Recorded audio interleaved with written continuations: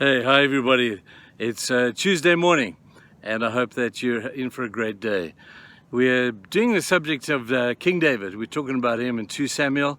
It's a great book, story of David. We've spoken about him moving the ark to Jerusalem, great celebration, wonderful time for everybody. And David now goes out of worship mode into warfare mode. And it says that David won incredible victories against all of his enemies. Incredible how worshippers can make the greatest warriors. I think that might be true today as well. But David goes out and he fights great battles. And one day, while he is resting, he comes back and he's sitting on his throne, and he's probably just contemplating all the battles that he's won and the greatness of the victories that God has given him.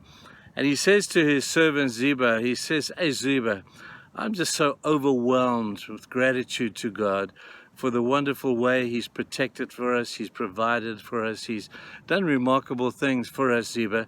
Do you know, is there anybody of the household of Saul that I can do something nice for?" Ziba is a little bit shocked. He says, "David, why would you want to do anything nice for the household of Saul? They were your previous enemies. We've wiped most of them out." David said, "Just go and do what I say and see if there's anybody left." Ziba does his FBI stuff, and he finds that there's a young man. His name is Mephibosheth, and he was the grandson of King Saul. He was crippled because he ran from the palace while he was carried from the palace, and as a baby was dropped, and he walked with a limp ever since. So David says, "Go and find Mephibosheth." So they run off, their soldiers go off to Mephibosheth, and they find him in the desert, and they bring him to David, and they throw him down at David's feet. And he's thinking to himself, "Well, David, you've got me, gave me a few extra years, but now I guess I'm going to suffer the same demise as my grandfather and everybody else who's opposed you." But David looks with deep, loving compassion upon this young, crippled man and says, "I want you to do your best to stand to your feet." And Mephibosheth tries, and he stands to his feet before the king, and he thinks he's going to die. And David just smiles and says, "You know what I'm going to do? Because God has blessed me so much, I just feel an urge to bless you as he has blessed me." And Mephibosheth is standing there thinking, "Are you playing a game with me? This can't really be happening, David." And David said, "I'm going to give to you back all the land that your grandfather Saul had. I'm going to give to you back the right to sit at the table with the king. And in fact, you know what, Mephibosheth, you're going to sit at my right hand when we sit at mealtime." And so Absalom and Solomon will be all around the other places, but I'm giving you the place of highest honor when we come down to sit at table. Mephibosheth can't believe it. He can't believe that David would be so gracious and so kind. Now, in the midst of all that David had been through, in the midst of all the things that he had experienced, in the midst of the wars and the worship, David never lost sight of the fact that he was blessed to be a blessing.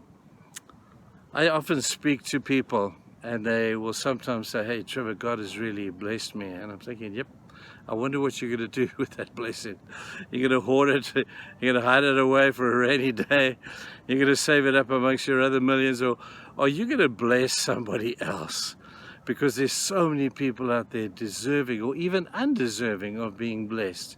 There are so many people out there who need to sort of live in the glow of your blessing. We often speak at our church about Psalm 23, where it talks about my cup overflowing. And our cup overflows with the blessing of God. And the temptation is, when your cup is overflowing, get a bigger cup, so that you can store up the blessing of God. Instead of being like, I don't know if you've ever seen those champagne fountains that they have at weddings sometimes, where they pour champagne into the top glass and it overflows into all the other glasses. I reckon that's a picture that we should stick in our mind, that when we're blessed, that God pours his blessing, no matter what it may be, into our lives, that we let that blessing overflow into the cups of those around us. Wouldn't it be wonderful? Man, if we had a different view or a different theology on God's blessing. You've been blessed, people, so that you can be a blessing. Let that drive your life. Let that one truth change your value system, because it's a good one. Have a fantastic day, guys. We'll see you soon. Bye.